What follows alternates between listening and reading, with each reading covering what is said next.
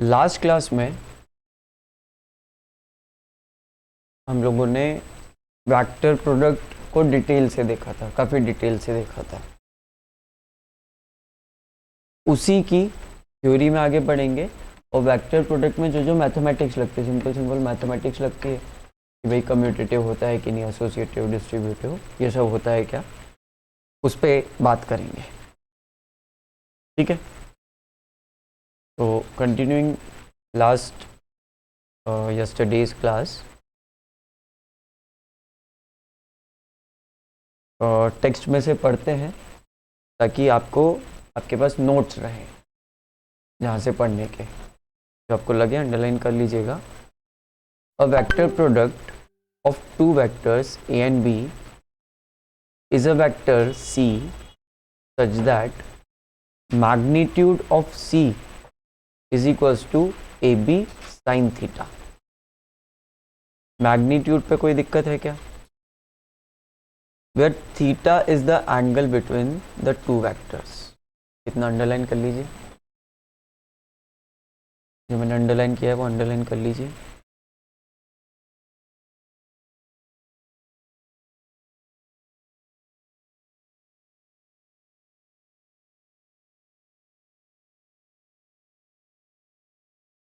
आगे C is perpendicular to the plane containing A and B। Plane containing A and B ये समझना ज़रूरी है, ये जो हाईलाइट किया ये समझना ज़रूरी है। लास्ट क्लास में जितने भी डायग्राम्स वगैरह दिखा है उससे शायद आपको A और B का प्लेन कंटेनिंग समझ में आया होगा। Plane containing A and B। अब C परपेंडिकुलर टू तो रहता है, पर ये बात समझो कि अगर एक प्लेन है तो उसकी दो परपेंडिकुलर डायरेक्शंस होगी, हाँ या ना? अब जिस टेबल टॉप पे काम कर रहे हो उसकी दो परपेंडिकुलर डायरेक्शन होगी ना, एक बिल्कुल अपवर्ड्स, एक बिल्कुल डाउनवर्ड्स। तो उसमें भी जब डायरेक्शन निकालना है कि अपवर्ड है कि डाउनवर्ड है, तो ये थर्ड रूल लगता है जो कि कल लास्ट क्लास में बहुत डिस्कस हुआ है। उसको राइट हैंड स्क्रू रूल या राइट हैंड थंब रूल बोलते हैं। तो यहाँ तक कोई दिक्कत नहीं है। ठीक है, सेम अगले पैराग्राफ में भी वही कंटेंट है जो लास्ट क्लास में हम डिस्कस कर चुके हैं बहुत अच्छे से।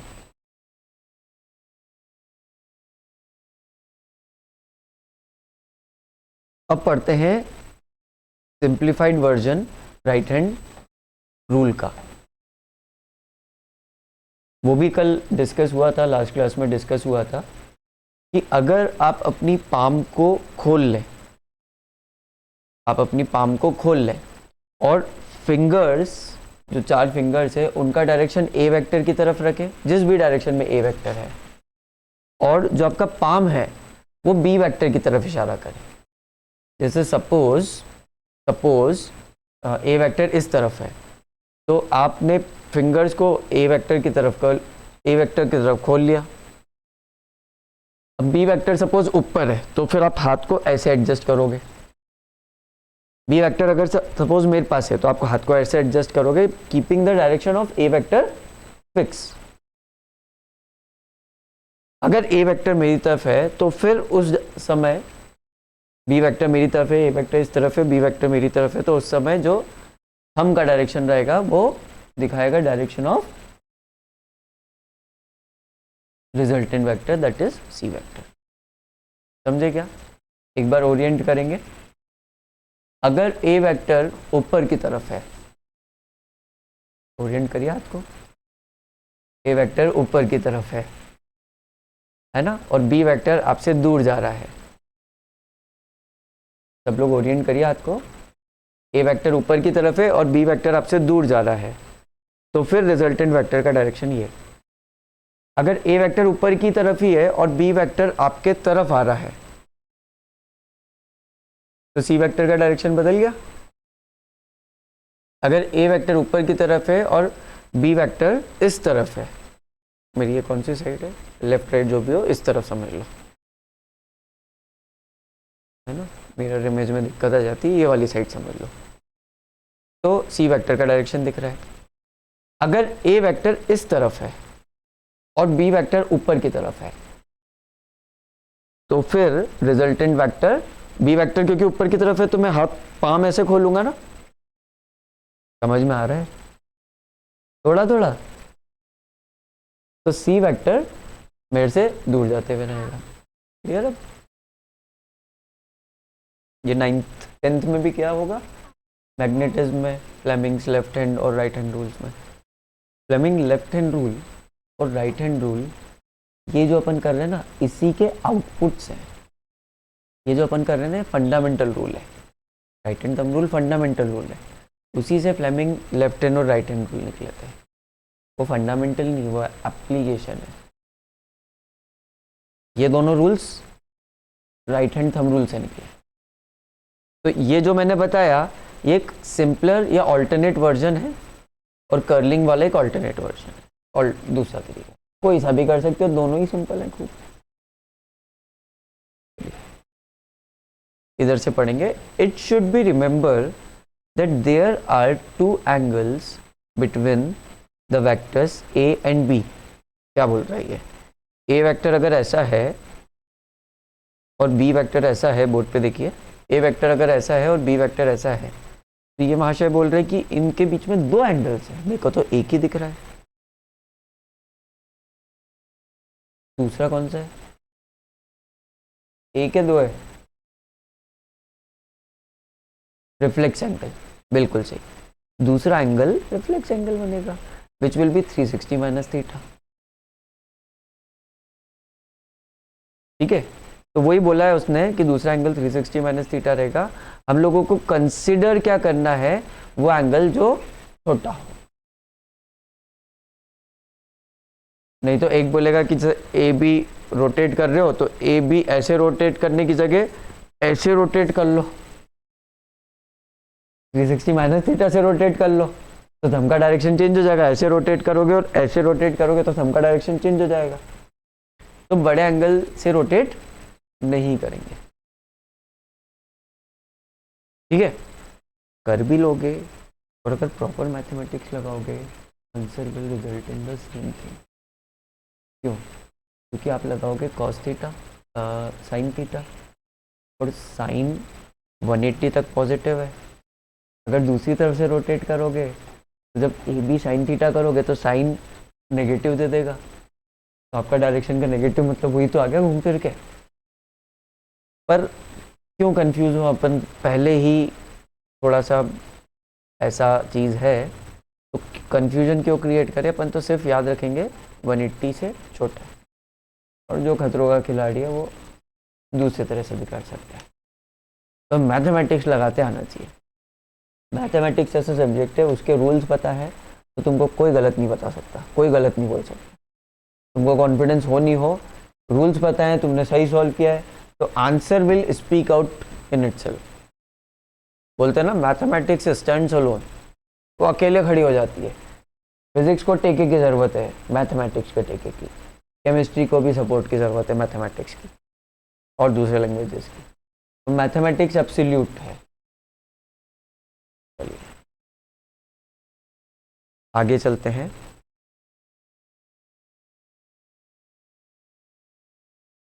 आगे पॉइंट्स हैं कुछ, 1 point 2 3 4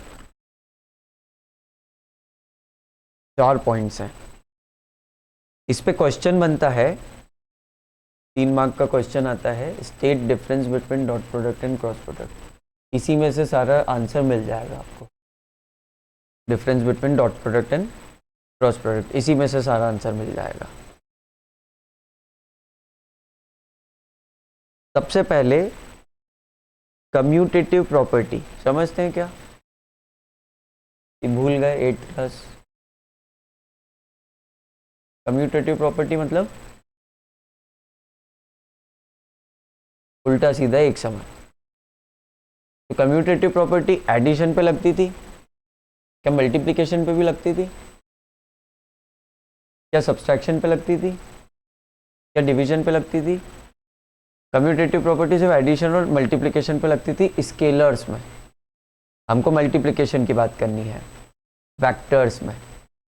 vector multiplication, vector product दो तरह का होता है, एक डॉट प्रोडक्ट और एक क्रॉस प्रोडक्ट। तो क्रॉस भी ऐसा ही है, मल्टीप्लाई भी ऐसा ही है, एक्स भी ऐसा ही है, बहुत कंफ्यूजन है। क्रॉस को थोड़ा सा ऊपर और बड़ा बना दो, क्रॉस को थोड़ा सा ऊपर और बड़ा बना दो, डॉट को बिल्कुल नीचे लगाओ, डेसिमल लगा रहे हो तो बीच में लगाओ, डॉट को नीचे लगा दो डॉट प्रोडक्ट को, और डेसिमल लगा रहे हो तो बीच में लगाओ। एग्जाम्स और बुक्स में रहता है, वहाँ बताने वाला कोई नहीं है कि ये डेसिमल है या डॉट प्रोडक्ट है। तो अगर नीचे रहेगा तो डॉट प्रोडक्ट है, बीच में रहेगा तो डेसिमल है, और छोटा मल्टीप्लिकेशन है तो मल्टीप्लिकेशन है, बड़ा है तो क्रॉस प्रोडक्ट है। क्रॉस प्रोडक्ट को जनरली बोल्ड से डिनोट कर देते हैं। फिर भी कंफ्यूजन हो तो इन्विजिलेटर से पूछ सकते हैं, नहीं तो एक कॉमन सेंस नाम की चीज़ होती है ना, वहाँ से आप समझ जाओगे कि यार ये क्रॉस प्रोडक्ट का क्रॉस है कि मल्टीप्लिकेशन का है। फिर भी कंफ्यूजन आए, है ना, 25% भी कंफ्यूजन हो तो पूछ लेना चाहिए।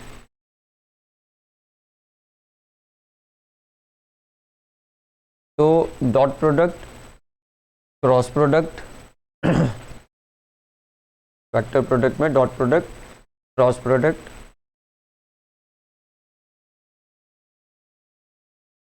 हाँ डॉट प्रोडक्ट कम्यूटेटिव होता है, क्रॉस प्रोडक्ट कम्यूटेटिव नहीं होता है। मतलब ए डॉट बी को मैं बी डॉट ए लिखूं, क्या फर्क पड़ता है? क्यों फर्क नहीं पड़ता है? A dot B A B cos theta है, B dot A B A cos theta है, और थीटा 180 डिग्री से छोटा लेते हैं। वह ऐसा नहीं है कि इस वेक्टर से इस वेक्टर की तरफ लो, ऐसा नहीं है, 180 डिग्री से छोटा लेते हैं। उसमें क्लॉकवाइज लो, एंटी क्लॉकवाइज लो, ऐसा कुछ भी लिमिटेशन नहीं है, और इसमें डायरेक्शन का कुछ सेंस नहीं होता। अब ध्यान से सुनिएगा, vector product A cross B और बी क्रॉस ए एक दूसरे के इक्वल नहीं होता है। B cross A exactly negative निकलता है ए क्रॉस बी के, एग्जैक्टली नेगेटिव निकलता है, मतलब इसमें सिर्फ डायरेक्शन अपोजिट होती है, क्योंकि ए क्रॉस बी भी ए बी साइन थीटा है, तो मैग्नीट्यूड पे कभी कुछ फर्क नहीं पड़ेगा, मैग्नीट्यूड पे कभी कुछ फर्क नहीं पड़ेगा क्रॉस प्रोडक्ट में। अब कम्यूटेटिव लगाओ नहीं लगाओ, बट आपको ये ध्यान रखना है कि कम्यूटेटिव प्रॉपर्टी फॉलो नहीं करता है। तो ए क्रॉस बी मतलब ए क्रॉस बी समझना। जब मैं फॉर्मूला बताऊंगा आर क्रॉस एफ, तो उसका आर क्रॉस एफ ही लिखना, उसको मैग्नीट्यूड वाइज भी लिखो ना। कई बुक्स में लिखा लेता है magnitude wise F into R, magnitude wise, तुम तो ऐसे ही लिखो, नहीं तो इतनी सी मिस्टेक से 2-3 मार्क्स कट जाएंगे, समझ रहे हो? तो A B A cross B commutative नहीं होता है। अगर कभी गलती से आपको लगे कि यार इसका नेगेटिव रिजल्ट आ रहा है, तो आपको क्लिक करना चाहिए कि हमने कुछ कम्यूटेटिव प्रॉपर्टी में उल्टा कर दिया या आंसर फॉर्मूले में उल्टा लगा दिया, क्रॉस प्रोडक्ट उल्टा लगा दिया, इसलिए एग्जैक्टली नेगेटिव आंसर आ रहा है। That might be the case. इसके मैग्नीट्यूड पे फर्क नहीं पड़ता है, सिर्फ डायरेक्शन पे फर्क पड़ता है। अब देखो, अगर ए इस तरफ है और बी ऊपर की तरफ है, तो सी का डायरेक्शन क्या रहेगा? आपसे दूर जाता हुआ। कब? जब ए क्रॉस बी कर रहे हो। अगर बी क्रॉस ए कर रहे हो तो डायरेक्शन क्या रहेगा? आपके तरफ आता हुआ, एग्जैक्टली अपोजिट हो गया। क्लियर बात? तो फर्स्ट तो ये लॉ हो गया कम्यूटेटिव पे, फर्स्ट तो ये लॉ हो गया कम्यूटेटिव पे। आगे another interesting property of vector product is it behaves under reflection. Under reflection, that is on taking mirror image, we have this. As a result, all the component of vector changes sign, and thus this and this changes sign. What happens to this? क्या बोला है? Simply बोला है, देखो जैसे 2 × 3 का जो result आता है वही -2 × -3 का आएगा ना, वही -2 × -3 का आएगा ना। वही बोला है कि अगर A क्रॉस B कर रहे हो या -A, -A मतलब A का रिफ्लेक्शन और -B मतलब B का रिफ्लेक्शन, तो -A क्रॉस -B का रिजल्ट A क्रॉस B से सेम आएगा, है ना। मैं ऊपर गलती कर रहा था, गलती ये कर रहा था, मैं वेक्टर नहीं लगा रहा था, वेक्टर लगाना चाहिए सब दूर, है ना। बस यहाँ डायग्राम में लगाया था मैंने, वेक्टर लगाना चाहिए सब दूर। अब आप लोग भी आइडेंटिफाई करोगे अगर मैंने वेक्टर नहीं लगाया कहीं तो ये चीज़ समझ में आती है। नॉट ऑफ दैट इम्पोर्टेंस, उतना इम्पोर्टेंस की नहीं है। हाँ, अब ये इम्पोर्टेंट है,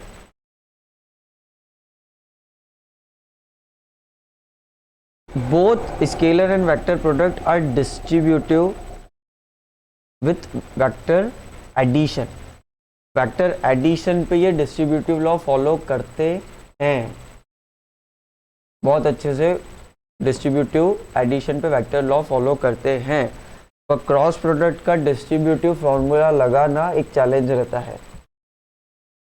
चैलेंज बस यही है कि आप डायरेक्शन, आप जब इक्वेशन देखते हो ना तो बस उसको सॉल्व करके नंबर लिख देते हो, डायरेक्शन तक जाते ही नहीं हो, आदत नहीं है क्योंकि कहीं पे आया ही नहीं आज तक। तो बस चैलेंज ये रहता है क्रॉस प्रोडक्ट के डिस्ट्रीब्यूटिव प्रॉपर्टी में भी कि डायरेक्शन का विशेष ध्यान रखें। 12th में यही क्रॉस प्रोडक्ट को यूज करते हुए मैग्नेटिज्म 4th चैप्टर में एक बहुत इंटरेस्टिंग रिजल्ट निकल के आता है, बहुत इंटरेस्टिंग रिजल्ट निकल के आता है यही टूल से। अगर ये टूल नहीं होता तो वहां पे हर एक चीज को कैलकुलेट करने के सॉल्व करना बहुत बड़ा हो जाता। ये क्रॉस प्रोडक्ट बहुत ही अच्छा टूल है और इसके असली एप्लीकेशंस आपको कहाँ मिलेंगे? 12th में। यहाँ पे टूल सिखाया जा रहा है, उसको अच्छे से सीखो, 12th में डायरेक्ट यूज करेंगे, कोई सिखाएगा नहीं बैठ के। क्लियर बात? डिस्ट्रीब्यूटिव समझ में आया? आगे चलते हुए we may write C is equal to A cross B, मतलब C vector is equal to A vector cross B vector in the component form. For this we first need to obtain some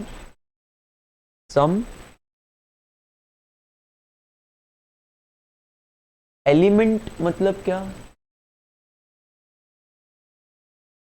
physics में element मतलब क्या? Periodic table लिखाओगे तुम। Physics में element मतलब क्या? छोटा part, बहुत छोटा नहीं बोल रहा हूँ, वो भी होता है, पर किसी चीज का कोई पार्ट वो एलिमेंट होता है उसका। इंटीग्रेशन करते जब बोलते हैं ना एलिमेंट्री पार्ट, वो भी रहता है। और नॉर्मली मैं बोलूँ तो भी एलिमेंट्री पार्ट होता है। जैसे C जो है, जो C है वो किस किस से बना है? A और B से, तो A और B उसके एलिमेंट्री पार्ट्स हो गए। अब A जो है उसका एलिमेंट्री पार्ट क्या होगा? अगर 3D में बात कर रहे हैं, A वेक्टर है एक, तो 3D में बात करें तो AX I cap, AY J cap, AZ K cap, ये तीनों इसके एलिमेंट्री पार्ट्स हैं। समझ लो, जब मैं A वेक्टर बोल रहा था तो ज़्यादा समझ नहीं पा रहे थे, पर जब मैंने बोला AX I कैप तो आप समझ पा रहे हो। I डायरेक्शन में AX मैग्नीट्यूड, Y डायरेक्शन में AY मैग्नीट्यूड, जितना भी है ये 2 -3 4 जितना भी नंबर लेना है वो बड़ी बात नहीं है। समझ पा रहे? आगे बोलूं तो ये समझा रहा है कि किसी वेक्टर का खुद से क्रॉस प्रोडक्ट बहुत इंपॉर्टेंट है समझने के लिए। किसी वेक्टर का खुद से क्रॉस प्रोडक्ट 0 होता है। A vector cross A vector will be, क्यों? क्योंकि A vector cross A vector होगा A into A sine theta, but theta is the angle between A vector in A vector, तो theta कितना, तो ये हो जाएगा ए इंटू ए साइन 0, और साइन 0 की वैल्यू कितनी 0, इधर ध्यान दो, साइन 0 की वैल्यू कितनी 0, तो ये पूरा 0 हो गया। डायरेक्शन डायरेक्शन डायरेक्शन क्या रहेगा, एक ही डायरेक्शन रहेगी, ये डायरेक्शन होगी ही नहीं, 0 मैग्नीट्यूड हो गया तो क्या डायरेक्शन नहीं होगी, अरे होगी यार, तुमको चिल्ला चिल्ला के पढ़ाया था, नल वेक्टर पढ़ाया था ना, ऐसा अनोखा वेक्टर जिसका मैग्नीट्यूड नहीं है पर डायरेक्शन है। अब डायरेक्शन से करेंगे क्या, बाकी डायरेक्शन है। अब डायरेक्शन क्या रहेगी, ए वेक्टर जिस प्लेन में है उसके परपेंडिकुलर, अब एक वेक्टर तो इनफाइनाइट प्लेन्स में होगा बट उसके परपेंडिकुलर, ठीक है, जहां पे जरूरत पड़ेगी वहां फर्दर डिस्कस करेंगे। डायरेक्शन छोड़ा, बट ये नल वेक्टर है, और नल वेक्टर वो चीज होती है जिसका कोई मैग्नीट्यूड नहीं होता, ऐसा वेक्टर जिसका कोई मैग्नीट्यूड नहीं है। क्लियर बात, ये 4 पॉइंट्स हो गए। अब मैं एक और चीज बता देता हूँ, सिंपल सा क्वेश्चन है कि जो शुरू में ही बोला था, difference between dot product and cross product. सबसे पहले लिखोगे डॉट प्रोडक्ट को स्केलर प्रोडक्ट भी बोलते हैं, क्योंकि इसके मल्टीप्लिकेशन से scalar vector scalar quantity yield होती है, स्केलर क्वांटिटी यील्ड होती है।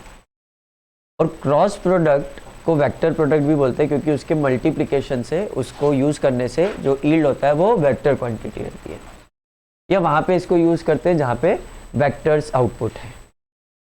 दूसरा, इसमें magnitude A B cos theta होता है, इसमें ए बी साइन थीटा होता है।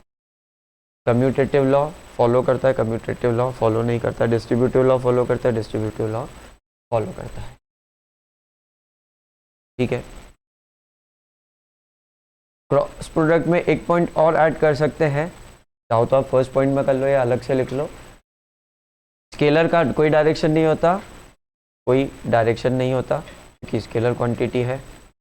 वेक्टर का डायरेक्शन होता है in perpendicular plane to A cross A, plane containing A and B, perpendicular to plane of A vector and B vector, perpendicular to plane of A vector and B vector, ठीक है।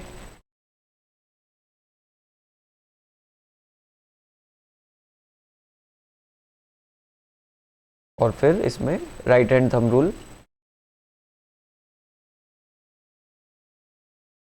से निकालते हैं, लिख लो जल्दी से कॉन्टेक्ट में।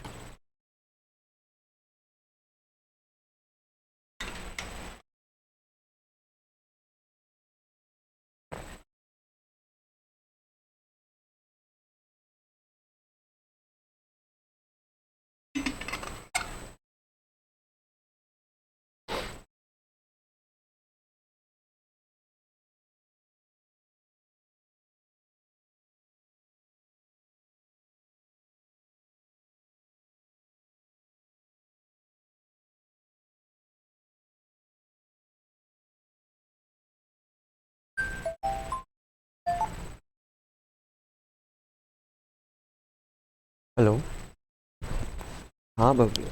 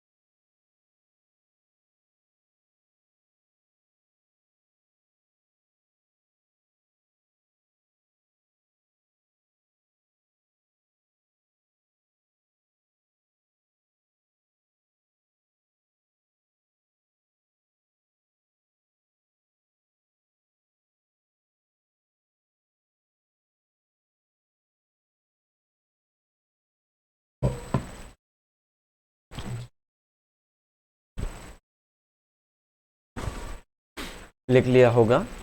आगे चलते हैं।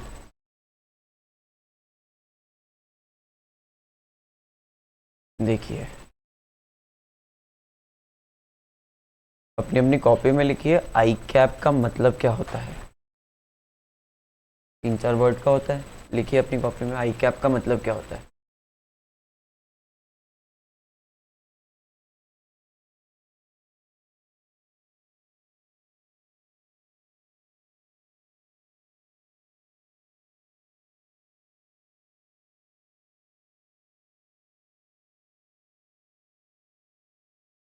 हाँ पवित्रा,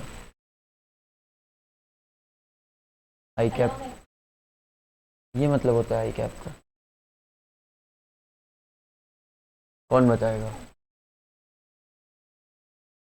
क्या होता है। उसमें कुछ जुड़ता है ना।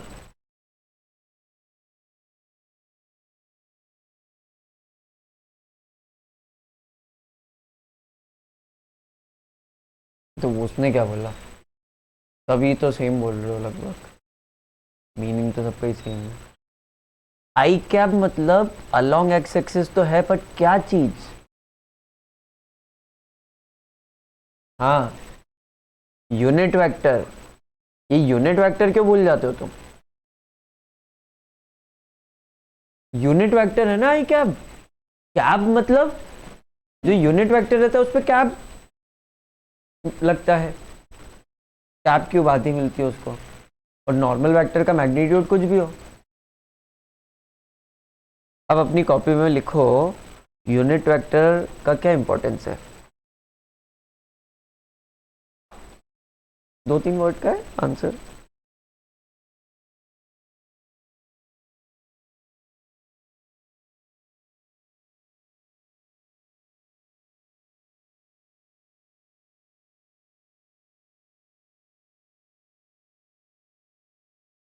किसी भी यूनिट वेक्टर का I cap, J cap, K cap या random A cap, N cap, इसका इंपॉर्टेंस क्या है। बोलो Paridhi. To show the direction, perfect. To show the direction. कितनों ने लिख लिया था पक्का। ये समझ में आता है। कैप वेक्टर यूनिट वेक्टर का इंपॉर्टेंस ही होता है डायरेक्शन शो करने के लिए। कितनी बार क्या कुछ एक मैग्नीट्यूड लिख देंगे, A vector is equal to 6 A cap. निकाल लो अब यूनिट वेक्टर। रिप्रेजेंट करने के लिए ऐसे रिप्रेजेंट कर देंगे कि भाई डायरेक्शन कैसे रिप्रेजेंट करेंगे, कैप वेक्टर से। पर जब डिटेल में आते हैं, डिटेल में हमको किसी भी वेक्टर का एक्स एक्सिस के अलोंग कितना है, वाई एक्सिस के अलोंग कितना है, और जेड एक्सिस, जेड एक्सिस आपकी स्क्रीन के बाहर आती रहेगी। तो जेड एक्सिस के अलोंग कैसे, वो ऐसा बना देता हूँ आइसोमेट्रिक व्यू में, नहीं तो ये ग्रीन एरो आपकी स्क्रीन के बाहर आते रहेगा। इमेजिन करना पड़ेगा, है ना, ऊपर देख के इमेजिन होता है। इमेजिन करना पड़ेगा आपको। ओके तो चलते हैं इमेजिन करने के लिए। आई क्रॉस आई करो तो डायरेक्शन क्या निकलेगा, डिफाइन ही नहीं कर पाओगे, क्योंकि आई क्रॉस आई के लिए आप फिंगर्स तो एक्स एक्सिस के अबाउट रख लोगे। फिंगर्स तो आप एक्स एक्सिस के अबाउट रख लोगे, है ना, जैसे भी है आपका, आप एडजस्ट कर सकते हैं। एक्स एक्सिस के अबाउट रख लोगे फिंगर्स तो, बट घुमाओगे किधर उसको, क्योंकि क्रॉस आई से ही करना है। इसको भी उधर ही रखना पड़ेगा, तो कैसे मैनेज करोगे। तो आई क्रॉस आई का डायरेक्शन तो अपन निकाल नहीं पाएंगे, पर आई क्रॉस आई का मैग्नीट्यूड, आई का मैग्नीट्यूड क्या होता है 1। तो आई क्रॉस आई का मैग्नीट्यूड होगा 1 इंटू 1 इंटू साइन थीटा, और थीटा कितना रहेगा 0 की 90 डिग्री, 0 डिग्री। आई और आई सेम है ना, एक वेक्टर दूसरा वेक्टर, एंगल कितना है 0 डिग्री, तो ये पूरी चीज 0 हो जाएगी। इसलिए आई क्रॉस आई, जे क्रॉस जे, के क्रॉस के 0 हो गया। ये फर्स्ट पॉइंट अच्छे से जहन में उतरता है क्या, अच्छे से उतरता है क्या, पक्का। मैं वापस नहीं बताऊंगा क्योंकि पक्का अभी बता देता हूँ। किसी को बताऊँ एक और बार? सिंपल है ना? अब देखते हैं, जब पूछो फिर बताऊंगा। अब क्या करो, ये जो कोऑर्डिनेट्स हैं, ये जो आपके बोर्ड पे कोऑर्डिनेट्स हैं, इसके अकॉर्डिंग मान लो कमरे का आई डायरेक्शन मतलब X direction, positive X negative X, positive Y negative Y, positive Z negative Z. ठीक है, आपके सामने जो बैठा है उसके सिर को ओरिजिन मान लो, और मान लो positive X negative X, positive Y negative Y, positive Z negative Z. कहीं पे ये कोऑर्डिनेट एक्सिस 3 डायमेंशन की इमेजिन कर लो, अच्छे से विजुअलाइज कर लो, अच्छे से यहाँ रखिए। कर ली? कर ली विजुअलाइज? ठीक है। अब क्योंकि 3D में है तो सिर्फ कॉपी में मजे नहीं आ पाएंगे, इमेजिन करना पड़ेगा। अब अपन सीक्वेंस से चलते हैं। सीक्वेंस कैसा है? आई जे के, है ना? आई जे के, तो आई क्रॉस जे करो, अपना हाथ उठाओ और आई की तरफ ओरिएंट करो, और जे की तरफ आपका पाम रहना चाहिए, जे की तरफ आपका पाम रहना चाहिए। तो आई क्रॉस जे कैसे बनेगा? कैसे बनेगा? पाम किस तरफ जा रहा है? पाम किस तरफ जा रहा है? ये कौन सी एक्सिस है? जेड। अपन को कौन सा चाहिए? के। के मतलब वाई, ये पता है सबको? के मतलब वाई, ऊपर जाएगा। और उस केस में थंब का डायरेक्शन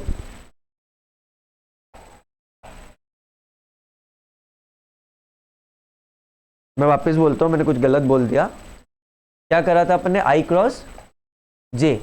आई क्रॉस जे कर रहे हैं, तो आई मतलब एक्स के अलोंग, जे मतलब वाई के अलोंग।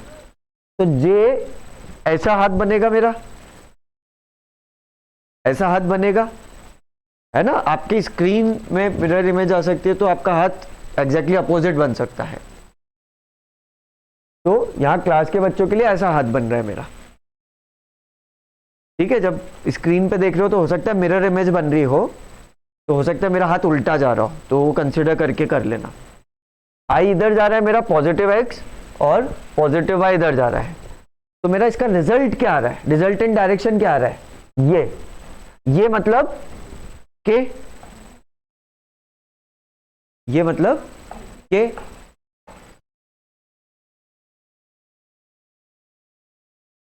तो इसलिए आई क्रॉस जे हो गया के,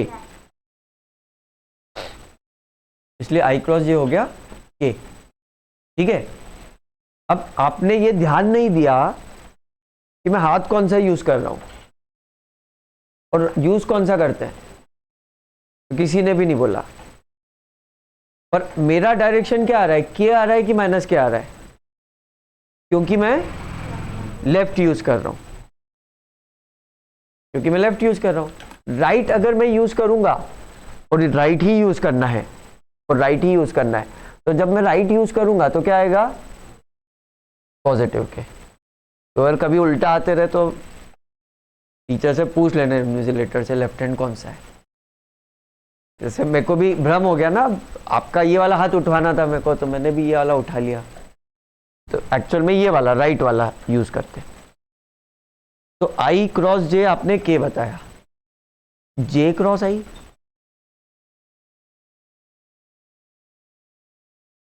जे क्रॉस आई क्या आएगा? सब हाथ को ओरिएंट करके देखेंगे, राइट हैंड को। जे क्रॉस आई क्या आएगा? जे कहाँ है? जे क्रॉस आई, ये आई है कि माइनस आई है? तो अपन को जे क्रॉस आई करना है कि माइनस आई करना है? तो रिजल्ट क्या आ रहा है? अरे यार, माइनस प्लस कौन बोलेगा? दूसरे बंदे को ले जाएगा तू बुलवाने के लिए, किसी में भी माइनस नहीं बोल रहा है। माइनस है प्लस है? माइनस है ना बेटा, बोर्ड के अंदर, बोर्ड के बाहर प्लस होगा, प्लस के। तो जे क्रॉस आई होगा माइनस के, जे क्रॉस आई होगा माइनस के।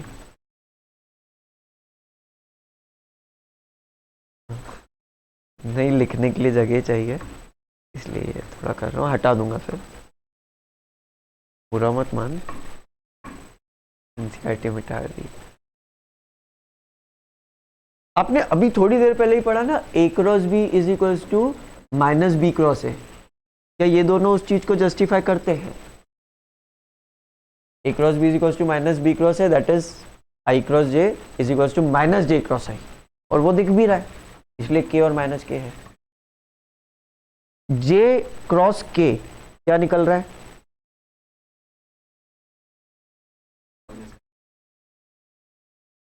जे क्रॉस के क्या निकल रहा है?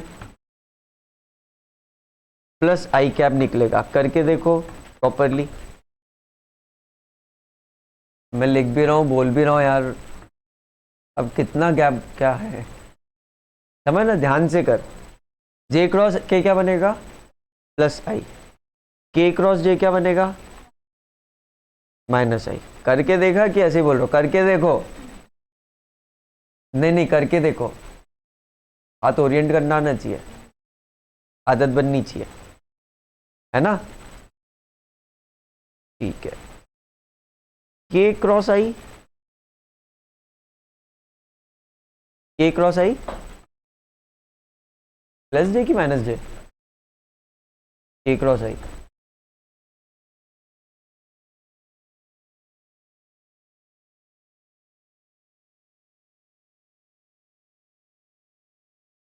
के किधर है? के इधर है, तो के क्रॉस आई, आई इधर है, तो क्या बन रहा है? के प्लस जे। और करके देखना, आई क्रॉस के, करके देखो यार, गलत हो रहा है आपसे अभी भी, देखो सीधी सी बात है। और वहां पे ये नहीं पूछेंगे, वहां पे कुछ और थोड़ा सा कॉम्प्लेक्स पूछेंगे, या और अलग तरह से पूछेंगे। क्या आ रहा है?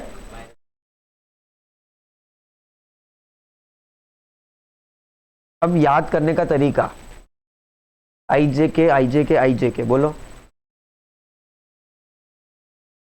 तो जब इस सीक्वेंस में क्रॉस करते हो, जैसे आई को जे से करो, या जे के बाद क्या है, जे को के से करो, या के बाद क्या आ गया, आई वापस आ गया, तो के को आई से करो। इस सीक्वेंस में जब करते हो तो उसका अगला रिजल्ट आता है पॉजिटिव। आई जे का के जे का आई, के आई का जे। देख लो लेफ्ट हैंड साइड तीनों। अगर सीधी सीक्वेंस में करते हो, याद करने का तरीका है, लॉजिक समझा दिया, याद करने का तरीका है। सीधी सीक्वेंस में करते हो तो उसका अगला रिजल्ट आता है पॉजिटिव, और अगर उल्टी सीक्वेंस लेते हो तो उसका पिछला रिजल्ट आता है, मतलब के जे करोगे तो आई, के जे करोगे तो आई, और किसका? माइनस का।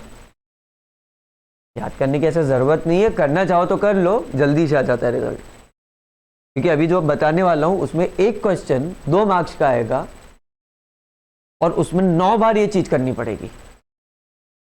वैसे 3 बार करनी पड़ेगी, 6 बार करनी पड़ेगी, 6 बार करनी पड़ेगी, क्योंकि 3 बार आई क्रॉस आई, जे क्रॉस जे, के क्रॉस के आएगा, और 6 बार करनी पड़ेगी। तो 6 बार में से 1 बार तो गलत करोगे तो दिक्कत हो जाएगी। तो इसलिए याद करने का तरीका भी आपके सामने, तो डबल चेक हो जाएगा। क्योंकि सिंपल सा, बिल्कुल सिंपल सा क्वेश्चन आएगा, सिर्फ मल्टीप्लाई करना है, 2 इंटू 4 करना है, 2 इंटू -3 करना है, सिंपल सा क्वेश्चन आएगा, फ्री के 2 मार्क्स है। समझ में आता है? अगर इस सीक्वेंस में करते हो तो पॉजिटिव आता है, अगर इसके अपोजिट सीक्वेंस में करते हो तो नेगेटिव आता है, इसके अपोजिट सीक्वेंस में करते हो तो नेगेटिव आता है।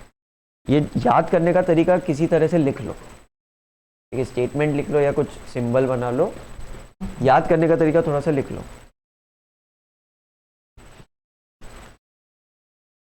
बताता हूँ, एक ही डाउट है, बताता हूँ।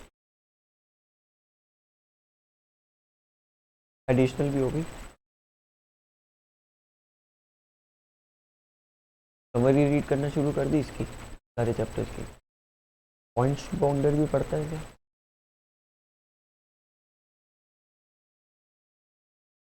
अभी के लिए ऑप्शनल है, फिर तुझे लगे कि नहीं बढ़िया चल रहा है उसको भी इंक्लूड कर सकते, एडिशनल भी कर ले।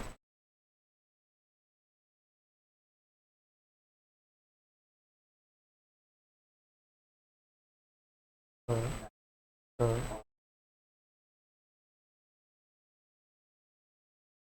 हम्म,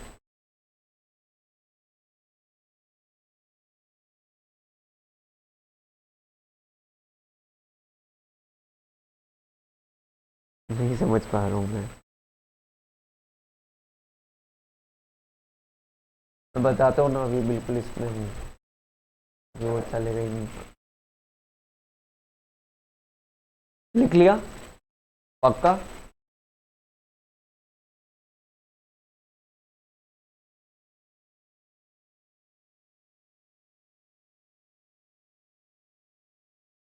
ये सब वही समझाया है आगे, और एक तरीका भी हो गया। अब एक क्वेश्चन करते हैं।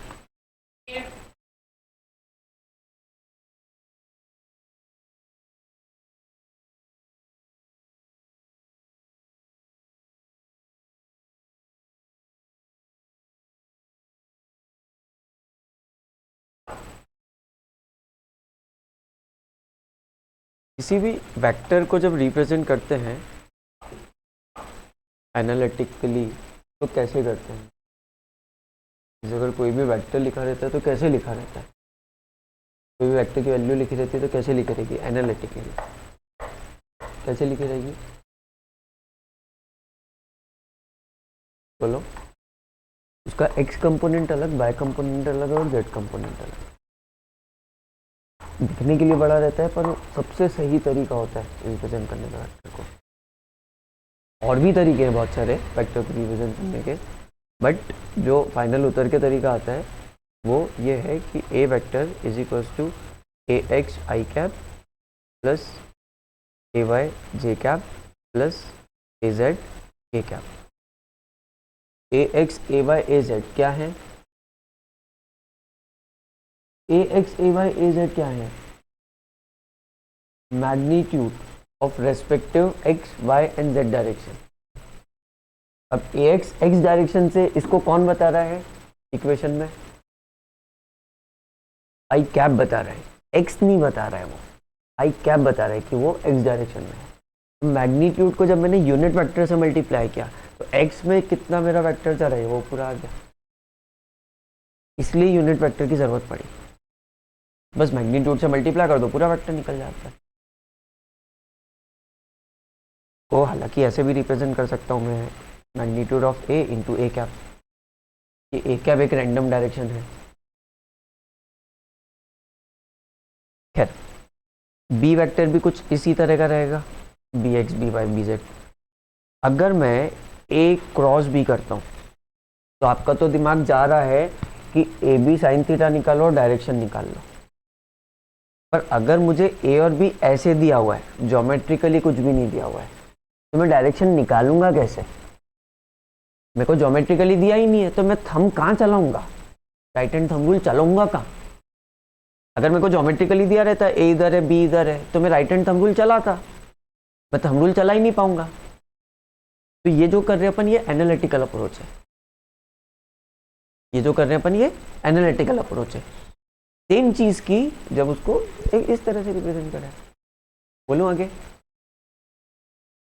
ए वेक्टर क्रॉस बी वेक्टर, ए वेक्टर क्रॉस बी वेक्टर, मतलब इस पूरी चीज को इस पूरी चीज से मल्टीप्लाई करेंगे। मतलब तीन चीजें हैं मेरे पास, उसको मैं मल्टीप्लाई करूंगा तीन चीजों से और क्रॉस प्रोडक्ट कर रहा हूं, क्रॉस प्रोडक्ट कर रहा हूं।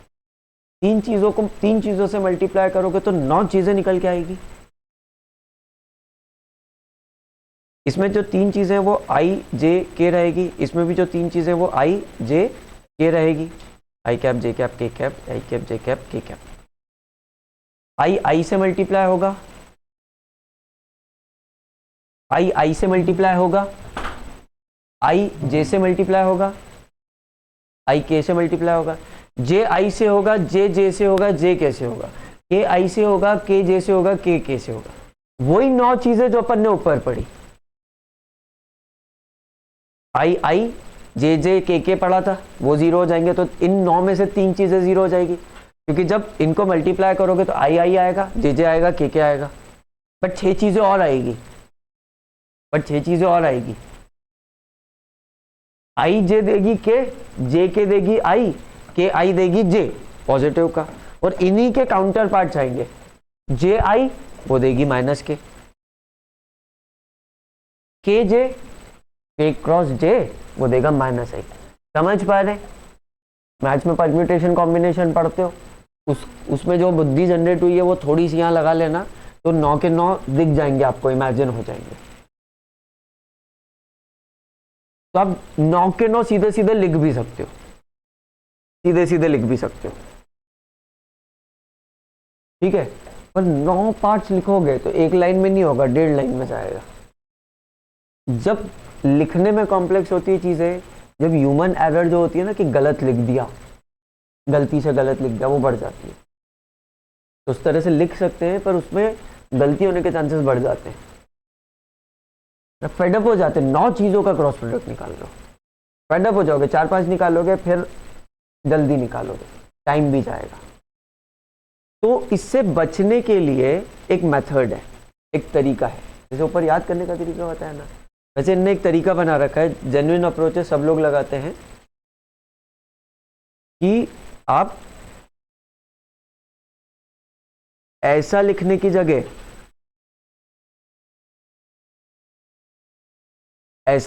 जगह आप इस चीज को थोड़ा सा जमा के ऐसे लिखो, कैसे मैं बता रहा हूं, पूरी चीज समझना।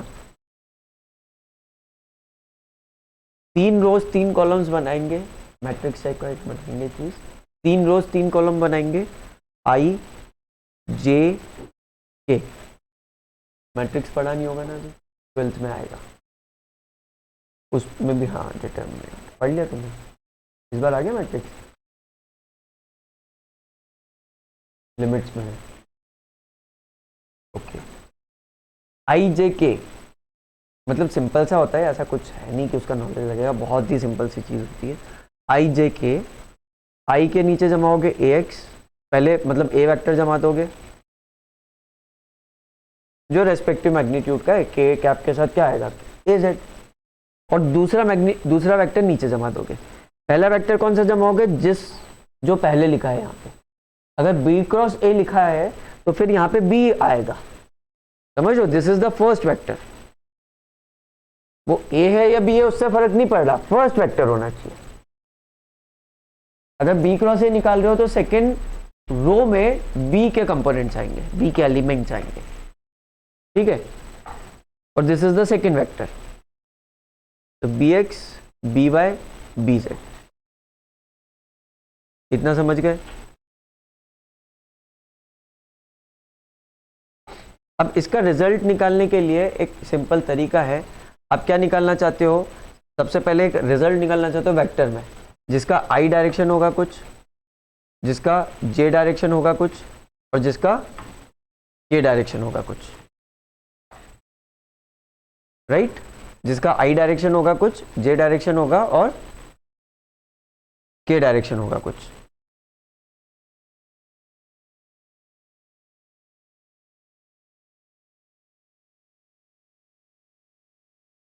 अब आप क्या करोगे,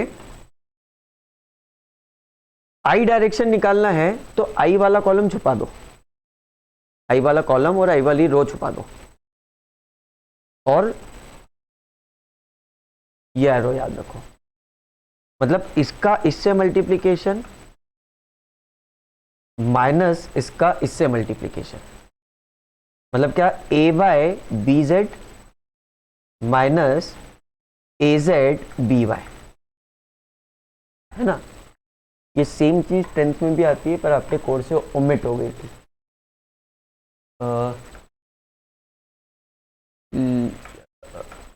लीनियर इक्वेशन 2 वेरिएबल में एक मेथड रहती है क्रॉस मल्टीप्लिकेशन, सॉल्व की थी किसी ने? सेम लॉजिक वहां पे भी लगा था कि ये 2 कॉलम छुपा दो, ऐसे ही जमाते थे, 3 के जमा लेते थे, एक्स के जमा लेते थे, वाई के जमा लेते थे और कांस्टेंट टर्म जमा लेते थे। अब एक को छुपा के this into this minus this into this, इतना समझे क्या? जे का क्या बनेगा? जे का क्या बनेगा? जे वाली चीज छुपा दो।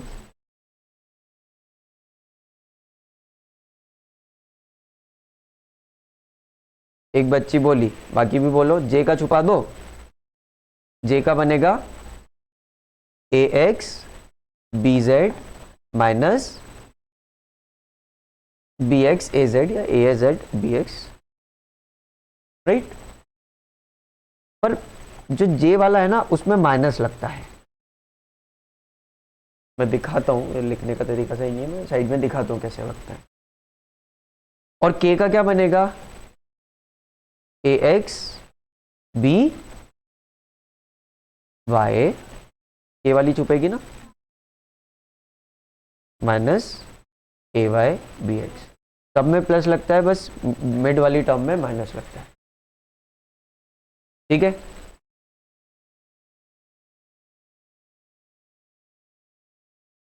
जैसे ए क्रॉस बी है तो उसको ऐसे लिखते हैं, ठीक है। अब क्रॉस प्रोडक्ट करने के बाद आई कैप क्या आ गया? ये जो अपना आया। के कैप क्या आ गया? ये जो अपना आया। और जे कैप क्या आया था अपना? ए एक्स बी जेड माइनस ए जेड बी एक्स, माइनस का तो माइनस अंदर मल्टीप्लाई करोगे तो प्लस का डाल के कर लो, राइट।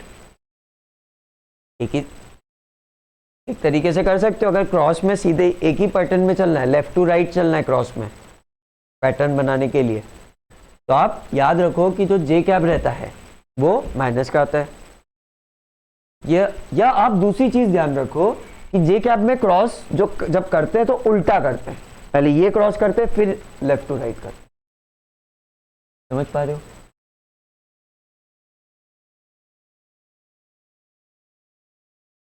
एक क्वेश्चन ले लेते हैं, समझ में आ जाएगा।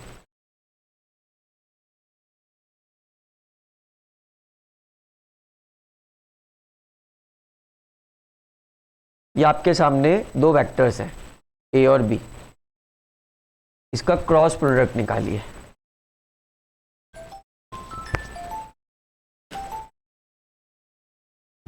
इसका क्रॉस प्रोडक्ट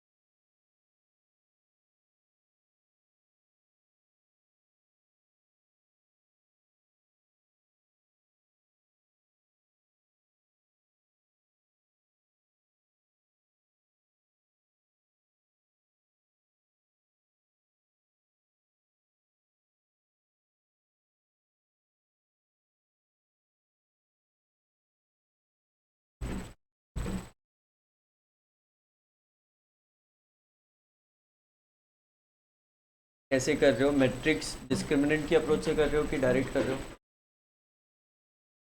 डिटर्मिनेंट्स की अप्रोच से करो, डायरेक्ट होमवर्क में रहेगा। डिटर्मिनेंट्स की अप्रोच से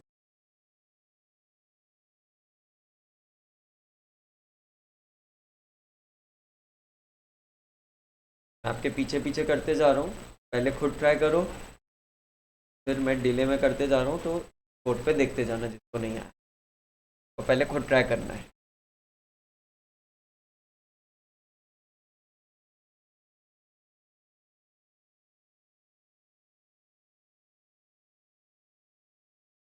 तो प्लस और माइनस के साइन है वो मैग्नीट्यूड्स के साथ टेक केयर करना है।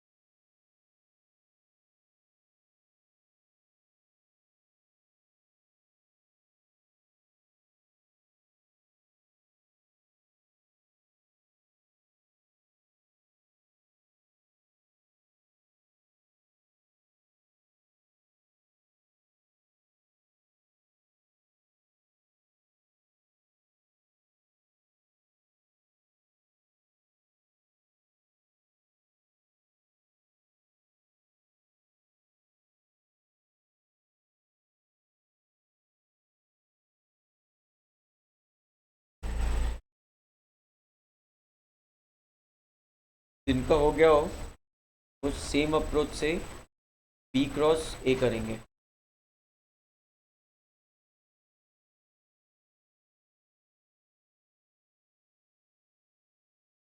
इतने लेट क्यों?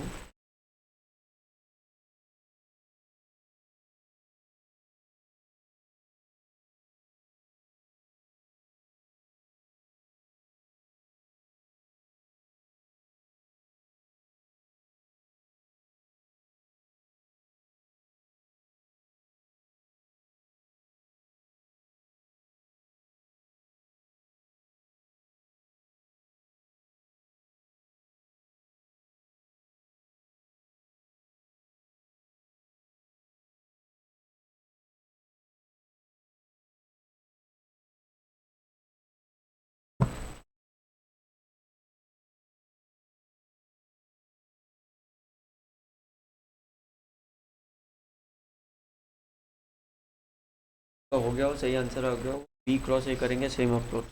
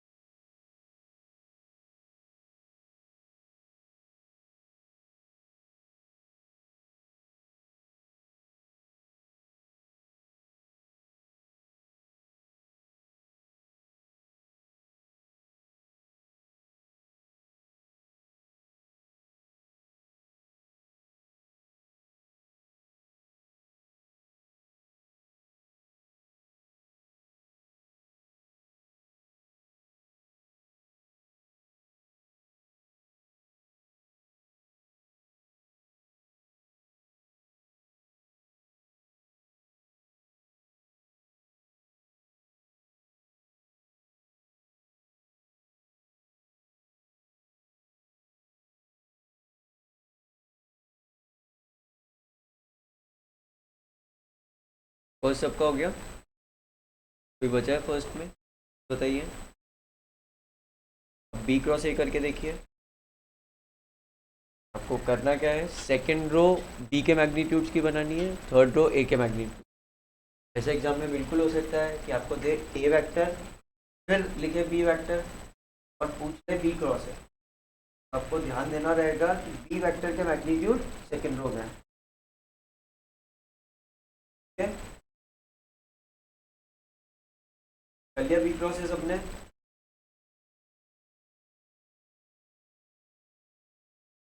हो गया हो वो औकिया तौर पे डिस्ट्रीब्यूट हो गया, लगा के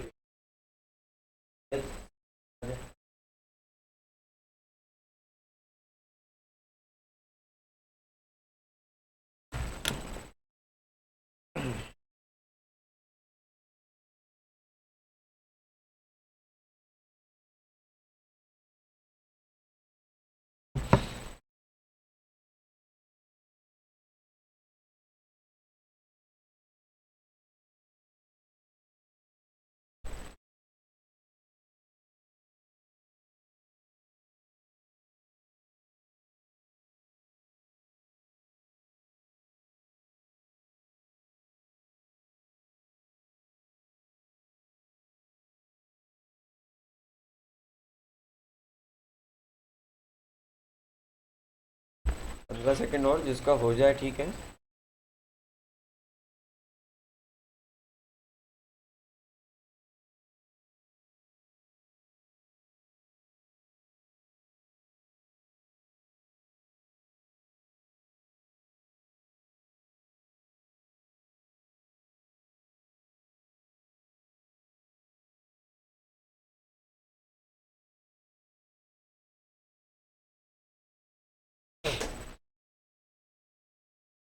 चलिए बोर्ड पे देखिए, सब लोग बोर्ड पे देखेंगे, पेन रख दो, बोर्ड पे देखेंगे। ए क्रॉस बी और बी क्रॉस ए पे, ए क्रॉस बी और बी क्रॉस ए को ध्यान से देखो, एक दूसरे के नेगेटिव है ना। ए क्रॉस बी में जो प्लस है वो बी क्रॉस ए में माइनस होता है, प्लस माइनस प्लस हो जाता है, क्योंकि इससे समझ में आता है कि A cross B is equals to minus B vector cross A vector.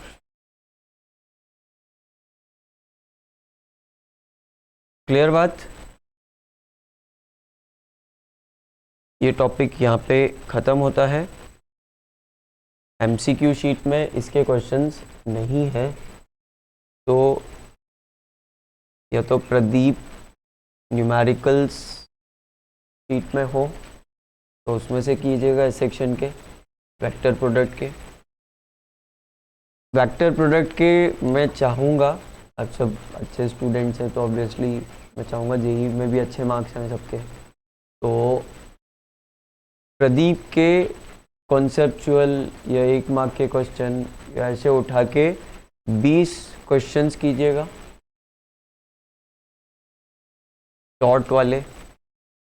और ये जो न्यूमेरिकल का रहा है, ये न्यूमेरिकल अगर आपको इंश्योर करना है कि ये गलत ही नहीं जाए एग्जाम में, तो 5 न्यूमेरिकल ऐसे कर लीजिएगा, नहीं तो 3 भी ठीक है, नहीं तो बिल्कुल इंश्योर करना है कि ये न्यूमेरिकल बनना चाहिए और जल्दी बनना चाहिए। सिंपल चीज़ है ना, तो उसको सिर्फ सीखना नहीं है, उसको जल्दी करना सीखना है।